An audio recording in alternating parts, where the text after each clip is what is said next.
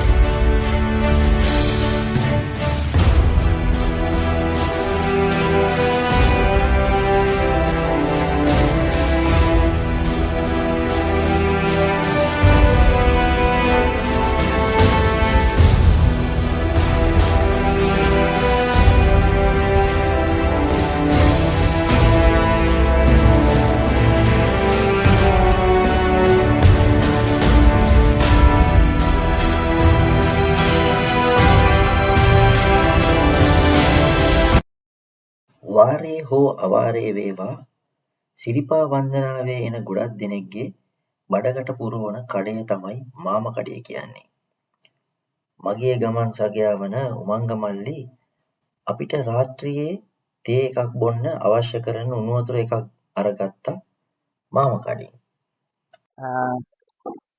මේ විශේෂත්වය වෙන්නේ මේ මීට කලින් අපි ආපු සිරිපාද මගේ ගමන් සමගයන් දෙන්න උනේ අසිතත් ධනුෂ්කත්.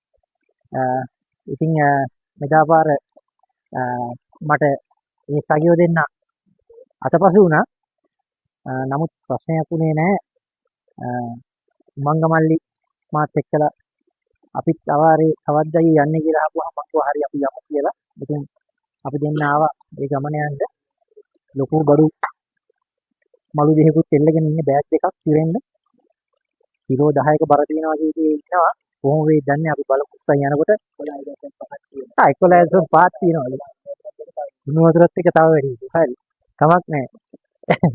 බර දරලා සිරිපා අවාරේ යන තමයි අපි ප්ලෑන් කරන් ඉන්නේ.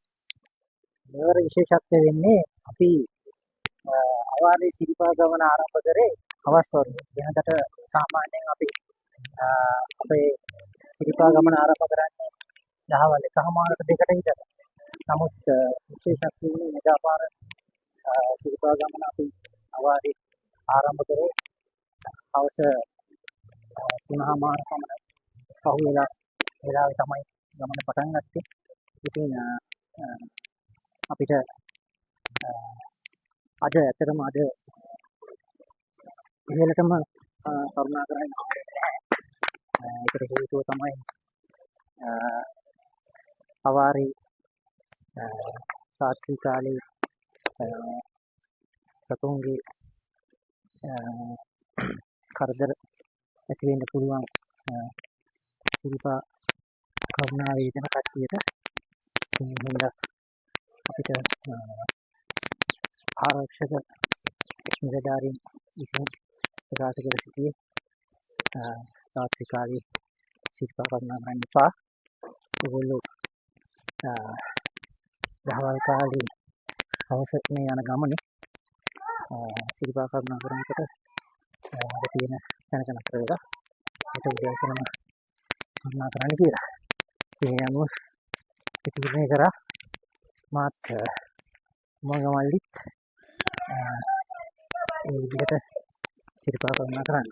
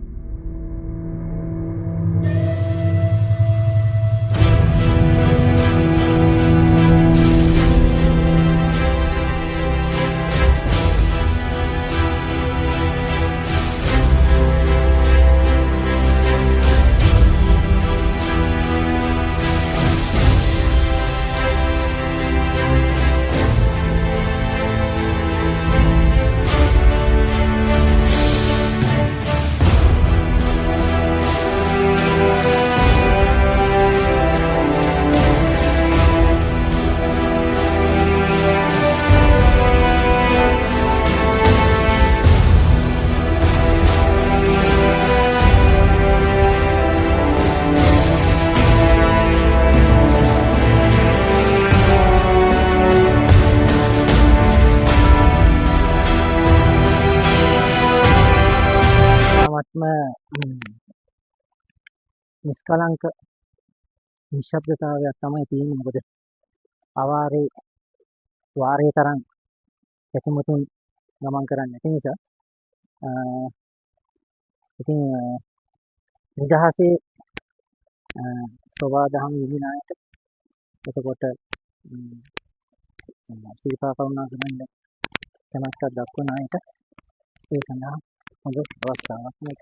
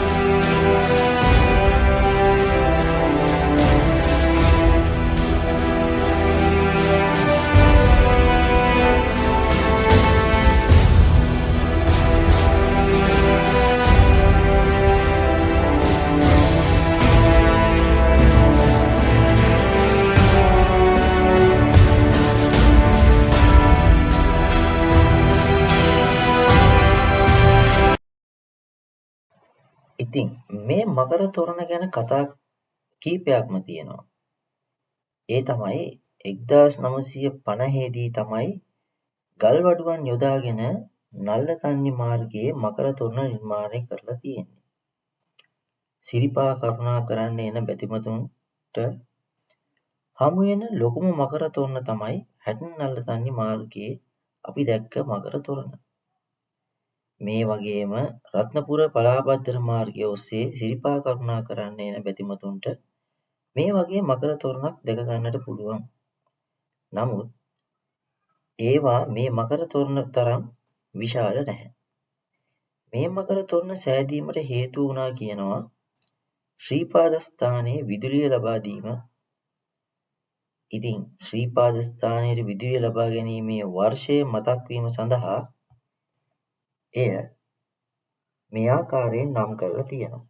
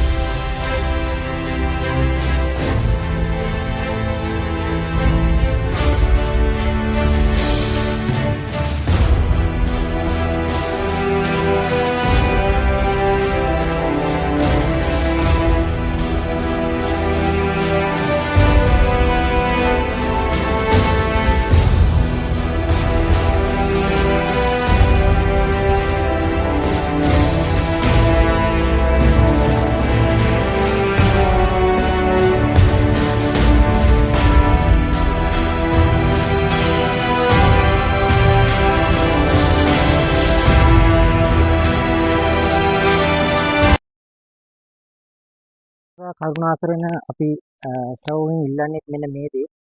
තනි තන කැලිකසල නොදා මෙම උතුම් පුණ්‍ය භූමිය සියලු දෙනාටම වැඳ ගන්න සියලු දෙනාටම දැක බලා ගන්න අවස්ථාව උදා කිරීම තමයි ශ්‍රී ලාංකික වැසියන් හැටියට අපිට තියෙන ඉතාමත්ම වටිනාම කාර්යය වෙන්නේ.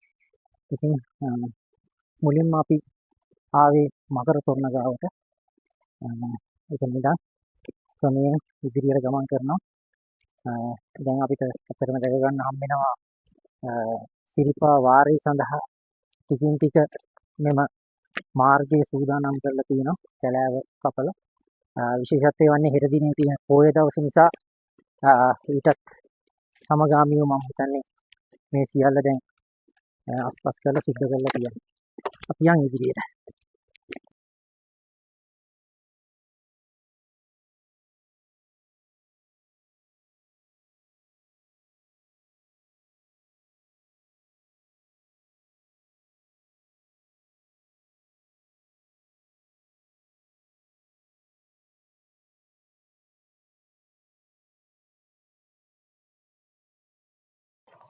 ක්‍රමයෙන් මකර තොරණ පසු කරන අපිට ඊළඟට හම්බ වෙන්නේ රතු පාලම. ඉතින් රතු පාලම හරහා පහළට ගලාගෙන යන දියදහර පසු කළාම එතනින් එහාට තියෙන්නේ තවත් සුන්දරම දසුණක් සමගින් අපිට දැකගත හැකි ඇලිගොඩ ඇල්ල.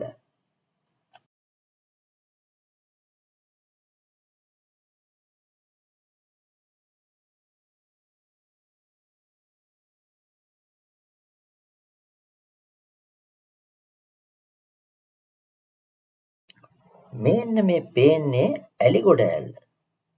ඉතින් නමෙන්ම අපිට ඒක දැනගන්න පුළුවන් නේද? සිරිපා කරුණා වාරය අවාරය කියලා නැහැ. කරුණා කරන ඕනෑම කෙනෙක්ට දැක ගන්නට තිබෙන බොහොම සුන්දර අපූර්ව සුන්දර දිය ඇලි සමූහයක් තමයි ඇලිගොඩ ඇල්ල කියලා කියන්නේ. ඉතින් බලන්න ඒ වගේ ලස්සන අර ඈත පේන ඉහළම දිය ඇල්ලේ වතුර වැඩි කාලෙට ඔය කඳු මුදුන හරහා ලස්සනට මීදුමක් ගලාගෙන යනවා. ඉතින් ඇත්තටම මේ දිහා බලාගෙන ඉන්න ඇස්වලට නම් ඊ타ත්ම මනරම් දර්ශනයක් තමයි දැක ගන්නට හම්බෙන්නේ. තියෙන ඊටාම සුන්දරම දර්ශනයක්. ඊටාමත්ම තද වැහි කාලෙට මෙම ස්ථානයේ දියඇලි 7ක් සක්‍රිය වෙනවා කියලා අපේ උමංගමල්ලි නම් කියන අතර මම නම් දැකලා තියෙන්නේ කීපයයි. මේ අවාරෙත් ඇත්තටම අපිට ඕගොල්ලන්ට පෙන්වන්න පුළුවන් මේ වෙනකොට සක්‍රිය වෙලා තියෙන දියඇලි 4ක් අපිට පේන්න තියෙනවා. ඒ වගේම බලන්න මේ කැලේ තියෙන ශාකවල අර කාලයත් එක්කලා ඒ කියන්නේ මේ එන නොවැම්බර් දෙසැම්බර් කාලයට ඒ තියෙන සෝබා දහමේ වෙනස ඉතාමත්ම හරි අලංකාරයි. ඇත්තටම මේ සමහර තැන්වල මේ රතු මල් වට්ටියක් වගේ පේනවා අපිට. එච්චරට හරිම ප්‍රියජනක දසුණක් තමයි දැක ගන්න තියෙන්නේ. ඉතින් අපි ඇලිගොඩ ඇල්ලට සමු දීලා ඉදිරියට යමු. ඉදිරියේ තවත් ලස්සන තැන් තියෙනවා දැක ගන්න. විඳ ගන්න. අපේ මේ සුන්දර අවාරේ සිරිපා කරුණාවේදී ඒ ඉදිරි ලස්සන අපි දැක ගන්න ඉදිරියට ගමන් කරමු. ඇලිගොඩ ඇල්ල පසු කරගෙන මම දැන් මේ යන්නේ ජපන් සාම චෛත්‍ය දිහාවට. ජපන් සාම චෛත්‍ය කිහිපයක්ම ලංකාව පුරා තියෙනවා. ගොඩක් දෙනෙක් වැඳ පුදා ගත්තාට මේ සිරිපාදේ තියෙන සාම චෛත්‍ය එහි ඉපැරණි රස කතා තියෙනවා කියලා දන්නේ නැතුව ඇති.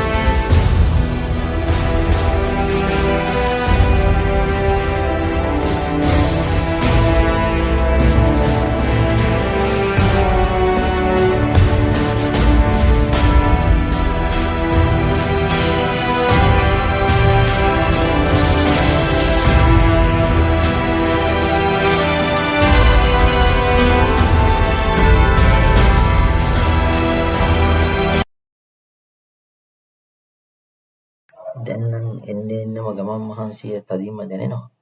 නමුත් මේ පඩිපෙළ ටික නැගගෙන ඈතින් පේන සාම චෛත්‍යය දකිනකොට පුදුමාකාර සතුටක්.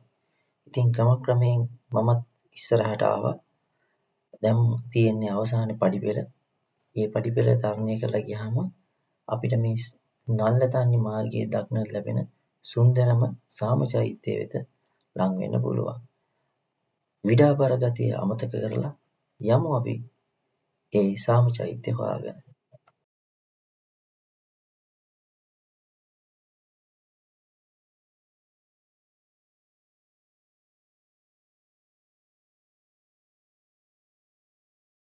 දැන් මම මේ ඉන්නේ ජපන් සාම චෛත්‍ය ළඟ. මේ තමයි ඔයාලා හැටන් නල්ලතන්නි මාර්ගයෙන් සිරිපා කරුණාවේ එනකොට හමු වෙන සුවිශේෂී තැන. මේක ගැන කතා කරනකොට ඉතාමත් රසබර කතා කීපයක් තියෙනවා. මේක හදන්න මුල් වෙන්නේ පැල්පොළ විපක්ෂී හිමිපාණන් වහන්සේ.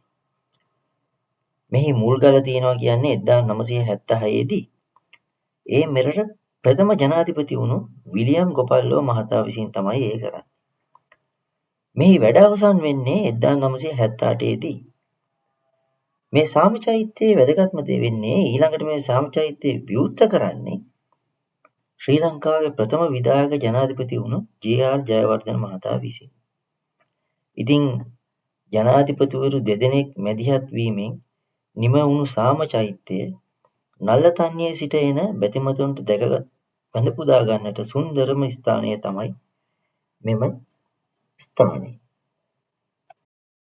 ජපන් සාම චෛත්‍යය පහු කරලා ඉස්සරහට යන්න හදනකොට මම දැක්ක සුන්දර දසුනක් ඕගොල්ලන්ට ගෙන්නයි හදන්නේ. ඉතින් බලන්න මෙම සාම චෛත්‍යය පහු කරපුවාම ඊළඟට යන්න තියෙන පියවර ටික යනකොට මේ භූමියේ තියෙන ඉතාමත්ම අලංකාර මල්වල ලස්සන. මේ මල් හැමතැනම විහිරලා තියෙනවා එක එක පාට වලින් ඉතාමත්ම අලංකාර විදියට තමයි මේ භූමිය තුල මේවා පිහිරලා තියෙන්නේ.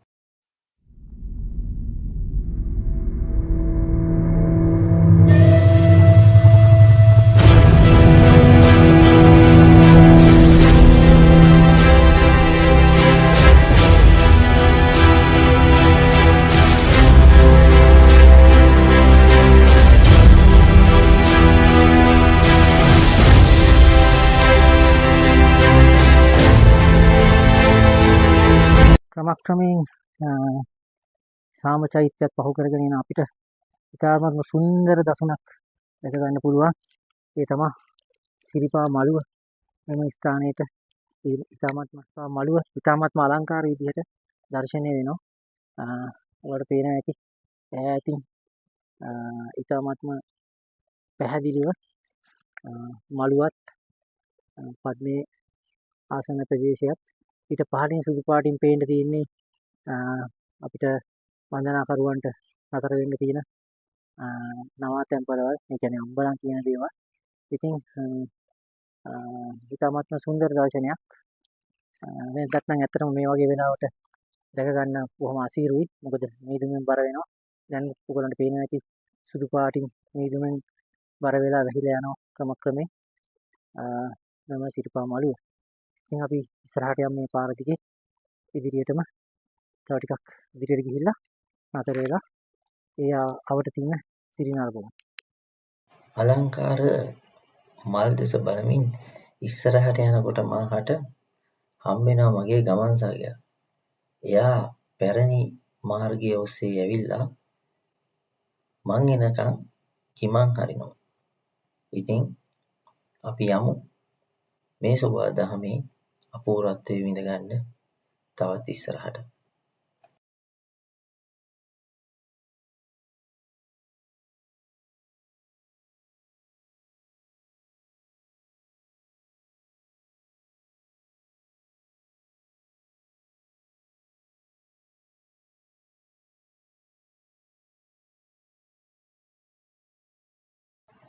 රාත්‍රිය බොහෝම සුන්දරයි. සාම චෛත්‍යයට සඳ එළියෙන් නෑවෙන අපූර්ව හරිම ලස්සනයි. මේ සේරම සුන්දරත්වයන් සමගින් අපි නින්දට යනවා. එහෙනම් හෙට පාන්දරින් සිරිපා කරුණාව පටන් ගන්න අපිට තියෙන හින්දා අප දෙදෙනා එහෙනම් ඔබ සියලු දෙනාට සුබ රාත්‍රියක් ඉල්ලා අද දවසේ අපගේ චාරිකාව මෙතනින් නිමාවට පත් කරනවා. ඔබ සැමට සුබ රාත්‍රියක්.